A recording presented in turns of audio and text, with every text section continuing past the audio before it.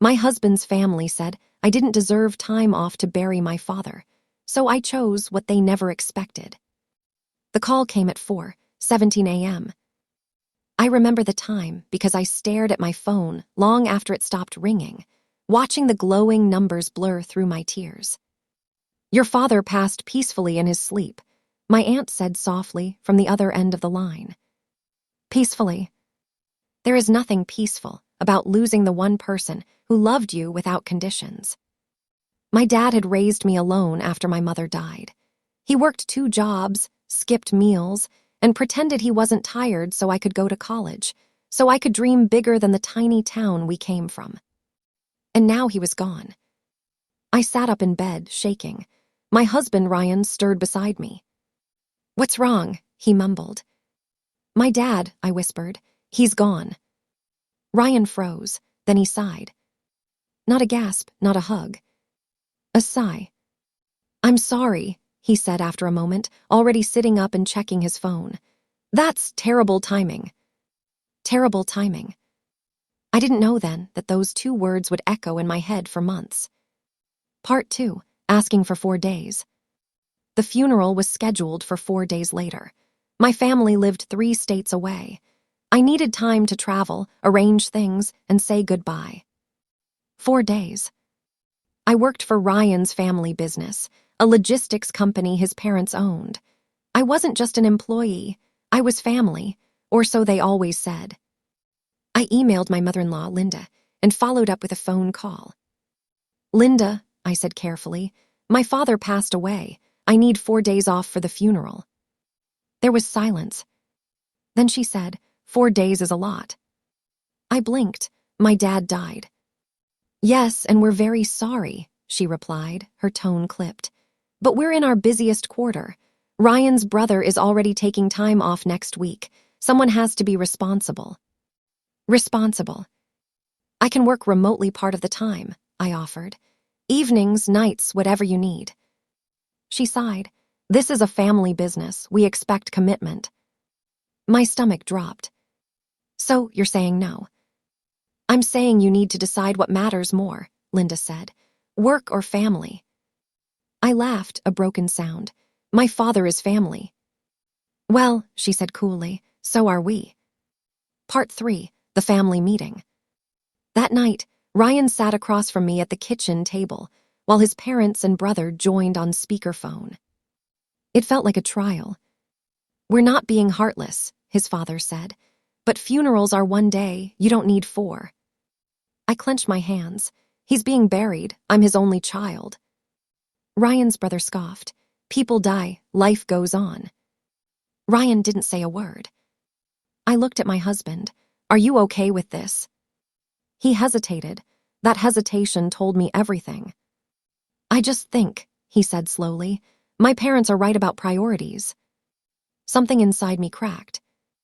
"My dad sacrificed everything for me," I said. "And you're telling me my job matters more than burying him?" "No one is forcing you," Linda said sharply. "You're free to choose." That was the moment. The moment I realized I was never really family to them. Part 4, choosing. I booked my flight that night. One way. I packed only a suitcase and my father's old watch, the one he gave me when I graduated. Ryan watched silently from the doorway. "So you're really going," he said. "Yes." "You know what this means," he added. I met his eyes. "Do you?" He didn't answer. Part 5, burying my father. Standing beside my father's grave, I felt grief, but also clarity. My aunt squeezed my hand. "You're stronger than you know." I realized something then. Love doesn't demand loyalty tests. Control does. Part 6, the unexpected choice. While I was gone, I did something no one expected. I accepted a job offer. A competitor had been courting me for months. Better pay, remote work, respect. I signed the contract from my hotel room the night after the funeral. Then I sent one email. Subject, my decision.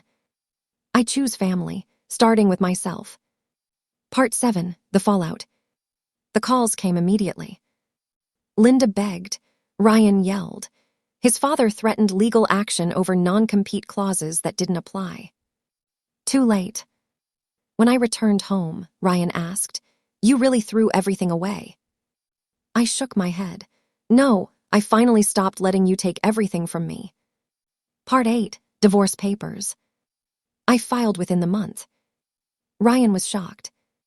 "I thought you'd calm down," he said. "I did," I replied. "That's why I'm leaving." Part 9, Karma. 6 months later, the family business lost its biggest client to my new company. I didn't plan it. I just happened to be the one negotiating the deal. Part 10, Peace. I visit my father's grave every year. I tell him I chose right. Because when they told me to choose work or family, I chose dignity. I chose love. And I chose a life they never thought I deserved. Part 11, What They Didn't Know. What Ryan's family didn't know, what they never bothered to ask, was how much power I actually held inside that company. I wasn't just another employee pushing papers. I handled client relationships. I streamlined operations. I was the reason deadlines were met when chaos broke loose. For years, I stayed quiet, loyal, grateful to be included. Grief changes you. Respect teaches you who deserves access to your loyalty. And they had failed that test spectacularly. Part 12, The Public Mask Slips.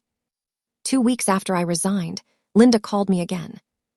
This time her voice was sweet, too sweet. "Let's not make this messy," she said. "We're family, we can work something out." I smiled, even though she couldn't see it. "You already made it messy when you told me my father's funeral wasn't important." She snapped back instantly. "You're being emotional." "No," I replied calmly. "I'm being done." That was the moment the mask slipped. By the end of the month, word had spread. Former clients reached out to me privately. They didn't miss the company. They missed me. Part 13, Ryan's Realization. Ryan showed up at my apartment one evening, unannounced. He looked smaller somehow, less certain. "I didn't think you'd actually leave," he said. "I know," I answered. "That's the problem." He tried apologies, promises, even tears. "I was under pressure," he said. "My parents." I held up a hand. "You chose them when it mattered most." He whispered, "I chose wrong." I nodded. "Yes, you did." And for the first time, I didn't feel pain saying it. Part 14, The Collapse. 3 months later, the family business began to unravel. Employees quit. Deadlines slipped. A major audit uncovered irregularities I had quietly warned them about for years. They ignored me then. The fines were brutal now.